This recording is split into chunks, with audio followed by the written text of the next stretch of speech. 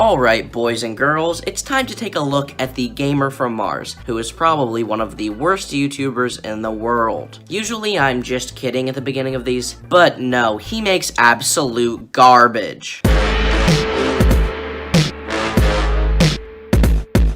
The Gamer from Mars is a YouTuber with 500,000 subscribers, run by a dashingly handsome young man named Art, who talks about internet culture, trends, mysteries, and more. He has been steadily releasing content for almost 8 years at this point, starting out by making videos where he reviewed games and talked about gaming creepypastas, to making top 10 lists about internet memes and trends, to now having settled on a few main series, one called What Happened, and the other known as Internet Mysteries. I've been watching his content for a very long time, and I can easily remember being 8 years old and browsing YouTube for the first time on my family computer, watching every new video he would release and thoroughly enjoying it. Videos like his Lavender Town theory video and his Polybius theory video both filled me with a strange sense of intrigue and fear, which I hadn't really experienced before, apart from watching shows like Courage the Cowardly Dog. But over the years I have been watching his channel, I have slowly grown to hate it. Before I dive into the arguments, let me get a few basic things out of the way. I do not hate the creator of this channel. In fact, from his podcasts, he seems like a perfectly nice guy,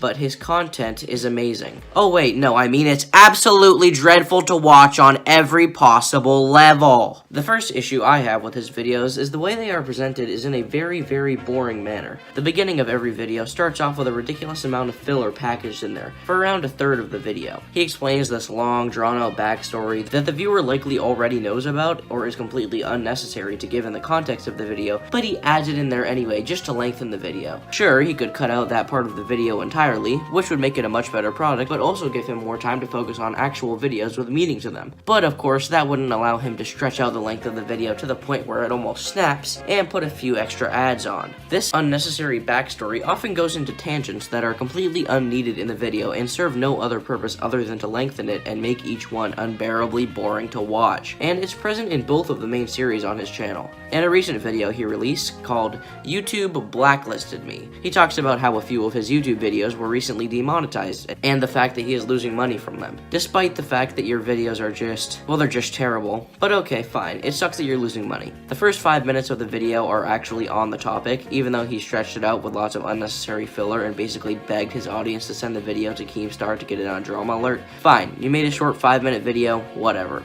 But he then goes on to spend an entire half of the video talking about Super Mario Odyssey. He says he wants to take a moment and then spend 6.5 minutes talking about it. In a video titled YouTube Blacklisted Me, the Gamer from Mars spent 5 minutes and 34 seconds talking about the actual topic, and then spent the rest of the 12-minute video talking about something that is completely unrelated by doing a full review of Super Mario Odyssey.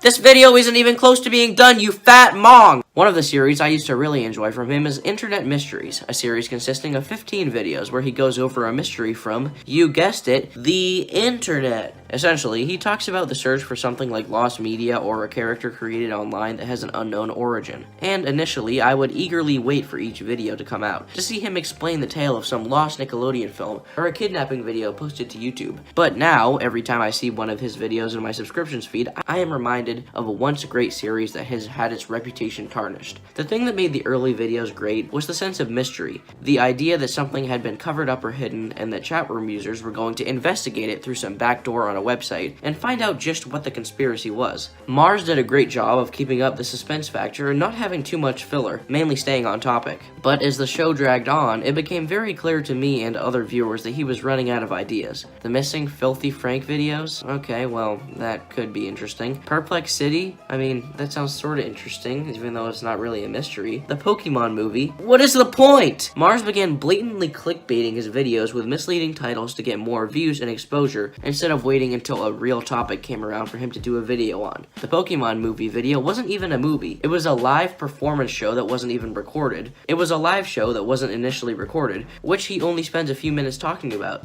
The rest of the video was about the Library of Congress. Maybe he's doing this to try and get more views, which isn't even working, because on the videos where he actually made a decent mystery documentary and didn't clickbait the hell out of his videos, he got more views than he does now when he makes a hollow shell of a video that does clickbait. Every video he makes feel so similar to one another that sometimes while watching them it can be easy to confuse one video for another in the daze you are in, sitting there with droopy eyelids and parted lips, waiting for something entertaining to happen. Essentially every video he puts out is just a script with bland editing which drones on and on and on and on and on and on and on. He presents them in a very bland tone and feel, with editing that just consists of some basic cuts between videos and pictures, pans and zooms, something which he has been doing for the past 3 years. One interesting way I like to use to see how a channel has improved is to take a look at a video from each year they have been around and see how much they have grown as a content creator. When you take a look at various creators like iDubbbz, I Hate Everything, JonTron, and Video Game Donkey, it is abundantly clear that they were and still are trying to actively improve their content and become better at what they do. They strive for greatness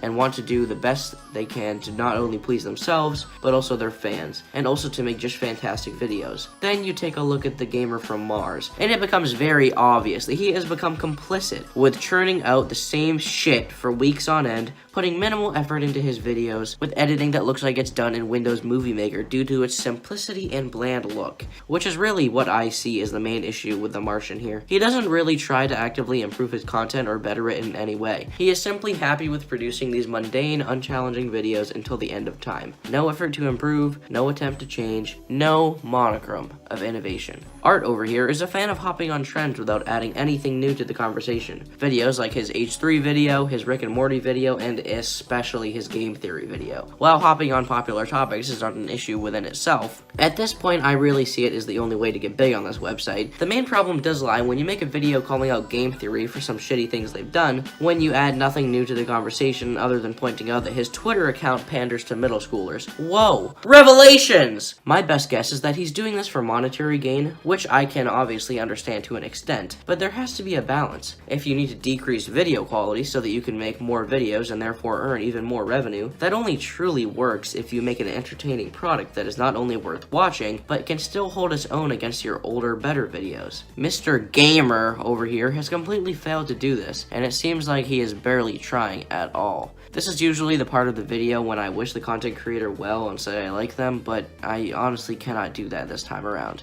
Every facet of his content has been shambled together in a way similar to a BuzzFeed or Dorkly video, which serves nothing to do but waste your time. Can he improve? Perhaps. I think that all content creators can improve, but considering the fact that he has failed to truly evolve his content for 3 years, I just don't see that happening. He seems like a nice guy, got that sweet little face, but this time his videos are just so mundane and have been that way for so long that there's honestly not much I can say about it. Turkey Tom, out.